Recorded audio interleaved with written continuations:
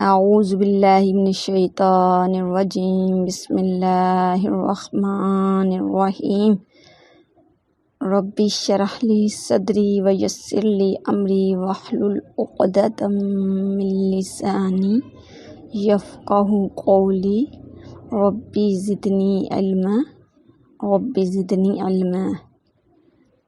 او کصیب من السماء،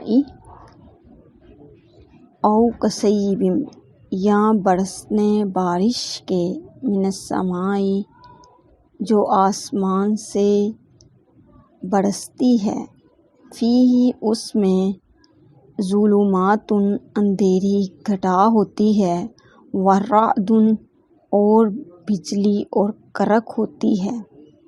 برق کہتے ہیں چمک، اور چمک ہوتی ہے۔ یجعلون وہ کرتے ہیں، اصابعہم اپنی انگلیوں کو، فی آذانہم اپنے کانوں میں، من الصواعق بجلی کے کڑاکے سے، حذر الموت موت کے ڈر سے۔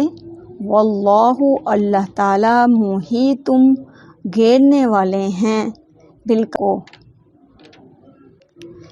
اس مثال میں بارش سے مراد اسلام ہے، جو انسانیت کے لیے رحمت بن کے آیا۔ اندھیری، گھٹا اور کڑک اور چمک سے مراد مشکلات و مصائب ہے، جیسے حضرت بلال، حضرت سمیہ، عمار بن یاسر وغیرہ پر جو تکالیف اتری، یہ اس کے بارے میں ہے۔ یعنی کانوں میں انگلیاں ٹھونس کر وہ اپنے آپ کو کچھ دیر کے لیے اس غلط فہمی میں تو ڈال سکتے ہیں کہ ہلاکت سے بچ جائیں گے، مگر فی الواقع اس طرح وہ بچ نہیں سکتے، کیونکہ اللہ اپنی تمام طاقتوں کے ساتھ ان پر محیط ہے۔ یکاد البرق قریب ہے کہ بجلی، یخطف اچک لے جائے، ابصارہم ان کی آنکھوں کو، کلما اضاء لہم جب کبھی بھی ان پر روشنی ہوتی ہے، مشوا اس میں چلنے لگتے ہیں، وَإِذَا اور جب اظلم اندھیرا ہو جاتا ہے، علیہم ان پر، قاموا تو وہ کھڑے ہو جاتے ہیں۔ وَلَوْ شَاءَ اور اگر چاہتے اللہ تعالیٰ، اللہ لَذَهَبَ تو اللہ تعالیٰ لے جاتے، بِسَمْعِهِمْ ان کے کان، وَأَبْصَارِهِمْ اور ان کی آنکھیں، ان اللہ بے شک اللہ تعالیٰ، علی کل شیء قدیر ہر ایک چیز پر قدرت رکھنے والے ہیں۔ یکاد البرق یہ جو مثال منافقین کے بارے میں آخری مثال ہے، اور اس کی جو ہے کیفیت یہاں یہ بتائی جا رہی ہے کہ جب معاملہ ذرا سہل ہوتا ہے تو یہ چل پڑتے ہیں، اور جب مشکلات کے بادل ان پر چھا جاتے ہیں یا ایسے احکام ان پر عائد کر دیے جاتے ہیں جو ان کی خواہشات نفس اور ان کے تعصبات جاہلیت پر ضرب پڑتی ہے، تو وہیں ٹھٹک کر کھڑے ہو جاتے ہیں۔ مقصد یہ کہ جیسے بجلی میں کبھی اجالا ہے اور کبھی اندھیرا، اسی طرح منافق کے دل میں کبھی اقرار ہے اور کبھی انکار۔ آگے اللہ تعالیٰ فرما رہے ہیں، اگر اللہ تعالیٰ چاہتے، لَذَهَبَ اللہ لے جاتے، کیا، بِسَمْعِهِمْ ان کی سماعت کی جو ہے توفیق ہی ان سے چھین لیتے تو پھر کیا ہوتا، لیکن میرے اللہ کا اصول ایسا نہیں ہے کہ جو کسی حد تک دیکھنا اور سننا چاہتا ہو اسے اتنا بھی نہ دیکھنے اور سننے دے، جس قدر حق دیکھنے اور حق سننے کے لیے یہ تیار تھے، اسی قدر سماعت و بصارت اللہ نے ان کے پاس رہنے دی۔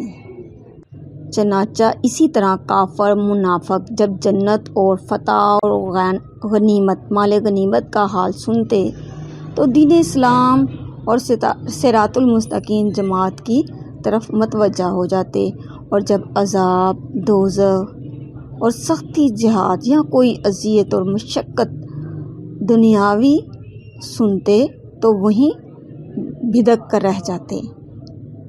یا ایھا الناس، اے لوگو، اعبدوا، عبادت کرو، ربکم الذی، اپنے رب کی، خلقکم، جس نے تم کو پیدا کیا، والذین، اور ان لوگوں کو پیدا کیا، من قبلکم، جو تم سے پہلے تھے، لعلکم تتقون، شاید کہ تم جو ہے پرہیزگاری اختیار کرو۔ لوگو، بندگی اختیار کرو اپنے اس رب کی جو تمہارے اور تم سے پہلے جو لوگ ہو گزرے ہیں ان سب کا خالق ہے۔ تمہارے بچنے کی توقع اسی صورت ہو سکتی ہے۔ یعنی اب قرآن پاک جو ہے عام انسانوں کو دعوت دے رہا ہے، مگر اس دعوت سے فائدہ اٹھانا یا نہ اٹھانا لوگوں کی اپنی آمادگی پر، اور اس آمادگی کے مطابق اللہ کی توفیق ان کو میسر آتی ہے۔ تو پھر انسانوں کے درمیان فرق کر کے واضح کر دیا گیا کہ کس قسم کے لوگ اس کتاب کی رہنمائی سے فائدہ اٹھا سکتے ہیں اور کس قسم کی نہیں اٹھا سکتے۔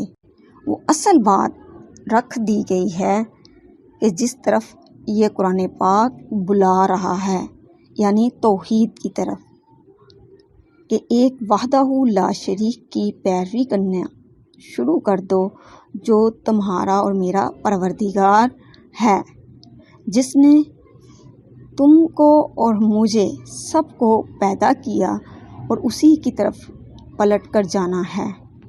چنانچہ اس کے ساتھ کسی کو شریک نہ ٹھہراؤ۔ شرک جو ہے وہ بہت بڑا ظلم ہے، اور اللہ تعالیٰ کو وہ پسند بھی نہیں ہے۔ تو اللہ تعالیٰ سے دعا ہے کہ اللہ تعالیٰ ہمیں بھی ایسی عبادت کرنے کی توفیق عطا فرمائے جو اللہ تعالیٰ کو مقصود ہے۔